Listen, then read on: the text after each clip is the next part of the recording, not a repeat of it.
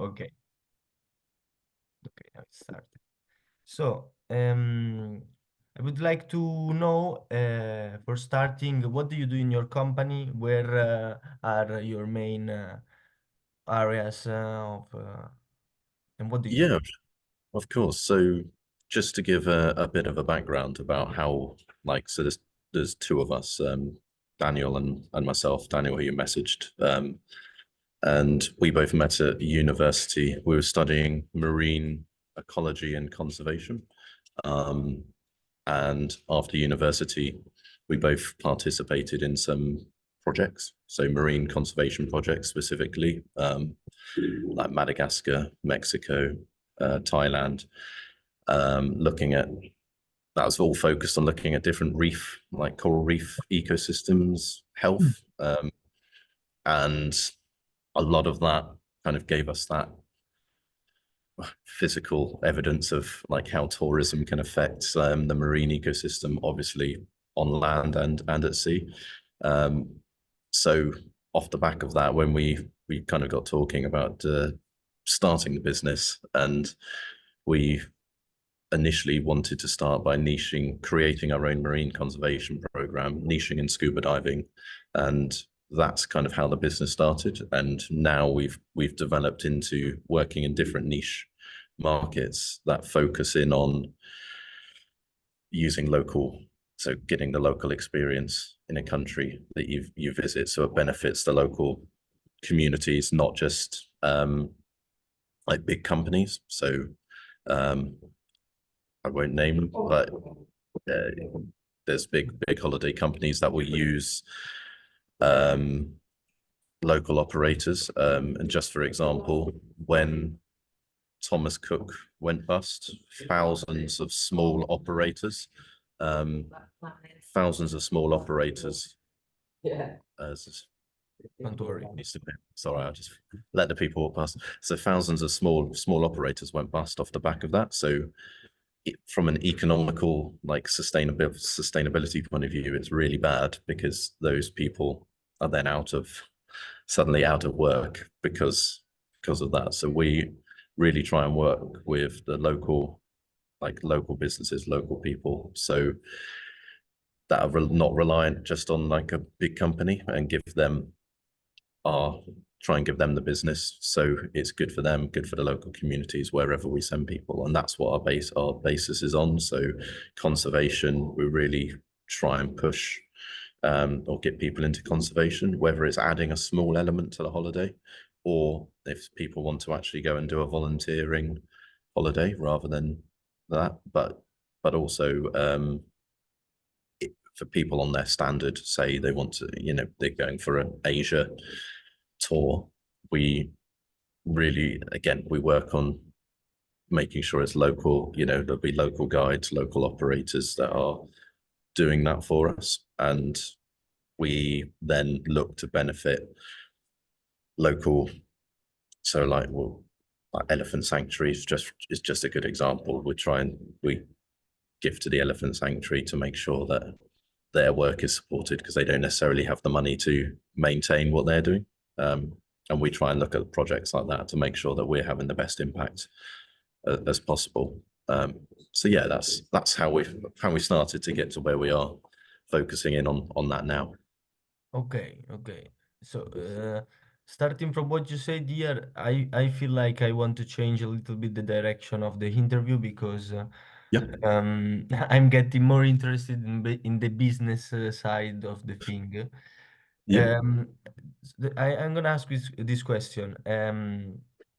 What about your revenue in the initial part when you targeted the niche of the scuba divers? How would Sorry. you Oh, just manage to organize trips with like excursion, adventures, and you get paid for that, no? could you repeat the first part? Sorry, people went past. I couldn't hear you, just at the wrong moment then. In the fir in at the start, at first, Yes, when you were targeting the scuba divers yes. niche. you just help organizing and balancing, organizing an actual adventure, an actual trip, and Yeah, merging it with the sustainable side. So in order to sensitive. exactly. So a lot of the way we do, so with our diving trips, we work with we try, again, depending on the trip, say somebody wants to go to Costa Rica, we've got the dive shops, the partnership direct with the dive shops on the ground in Costa Rica. And the way because a lot of people, I've, when it comes to sustainability and ecotourism, I think some companies go down a really one path with the ecotourism where we feel like the more people that get on board with the ecotourism, the more impacts that we can have. And for some people and some companies that we work with are not necessarily right down at the end of the journey, but they're at the start of that. So we work with them to be like, it's not a black and white topic as we see it. We're like, well, right, you're using plastic bottles. Is that necessary? Could you change that to using, people take their water bottles, fill them up. Sometimes it can be simple things like that. And then you look at going, right, what are the activities that you're participating in? If you're going to do, so in your diving practices, are you participating in marine conservation? So the dive shop we partner with in Costa Rica and other places, they do an element of marine conservation. They don't touch make sure that they're not touching the marine animals. They're not destructing the reef, because the reef takes seconds to damage and break a coral off, but it could take years, a decade for it to grow back. So they're that's our approach with it, is to make sure that the people we work with have got the same mindset, and then work with them going, right, what can we do to make this better, rather than not use somebody because they're not doing the right things if they're showing the willingness to change. Because if we don't work with them, are they just going to keep those practices? Where if we do work with them, we make that maybe a bigger impact and a better change, because we're putting that time into ensuring that it works well for both of us. That makes sense. Yeah, sure, sure. And about your business, just one little question, which will be, if I am a traveler, is Yeah. there a way I can, because from what I understood, local little businesses speak with you and are your main customers, no? Yes. So Yeah. you don't do like you don't sell travel packages to individual clients. We do. We work both Ah, ways. So we've got packages that we sell to individual clients, but we do have a strong B2B aspect as well. So business to business. And um, just for example, we work with uh, somebody that runs school diving packages, and then we run the operations for that, and they run the trip for the school, and then that leads into so sometime we do conservation tours for them. Other times it's like sports tours. So you do like cricket in Sri Lanka, for example, and you get the teams. So they meet with a local school team. But again, we've got elephant conservation and marine conservation programs that we work with in Sri Lanka, and we try and incorporate that with the school trip as well. So although they're doing going getting that exchange experience, they're also giving back to the country that they're in by participating and getting involved in the conservation. So that's a big element that we do with the school side. And we also work with, just another example, we work with a conservation career company, and we offer their career kind of getting into a conservation career package, but they also offer our internship packages. So it's a nice, really good partnership where we're both then encouraging people to get into diving. So but the conservation side of it and how they can actually build it into a career that can make money. So we really, yeah, that's a really good, and that kind of partnerships that we really try and build. So um uh so you can see, like, just two examples of the B2B. So we're quite, for us, we're passionate about working with those like people because as long as, again, sharing that same ethos, because we can get to more people, it benefits the businesses by working with us. It's good for us and it's good for the customers. So where the B2C side, again, it's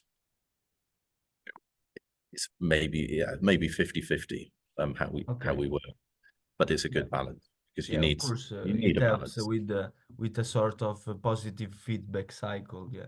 Yeah, yeah, Yeah. About both of the B2B and B2C, but maybe I was thinking about more in the B2C. You also manage the transportation part, which is a big impact in a travel and in a trip, or yeah.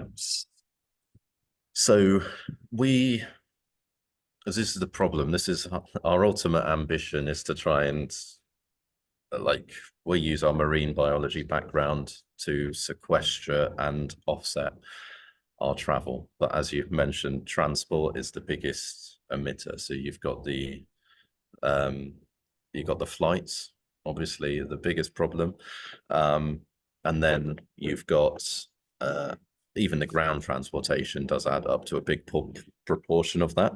So we try, again, we look at, can we use more economical cars? Can we use trains as public transport? So you're reducing that footprint. Obviously, when it comes to air travel, there's not much choice. You've kind of got to go with what you've got to go with. But we're trying to,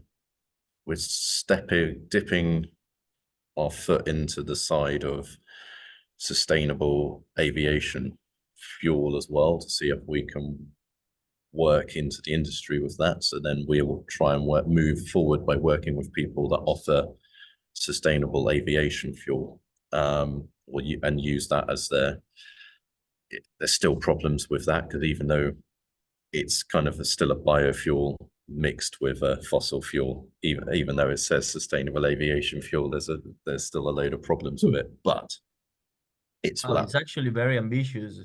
yeah, exactly. So and that's what it's a big challenge, but we're passionate about, like, it, a lot of the world's problems. You look at the climate change, you look at, like, I don't think we're all saying it in the UK, this has been the wettest it has been, like, 3 months. I can't remember seeing a It field is like, because I'm living actually very near to UK in Angers in the north of France. okay, yeah, But so, yeah, but I'm really used to Italy and it's yeah, wet, yeah, so it's really rainy. Yeah, it is. But it is also a extraordinary season for that in that point of view. Yeah, it is. Yeah, nice to know. exactly.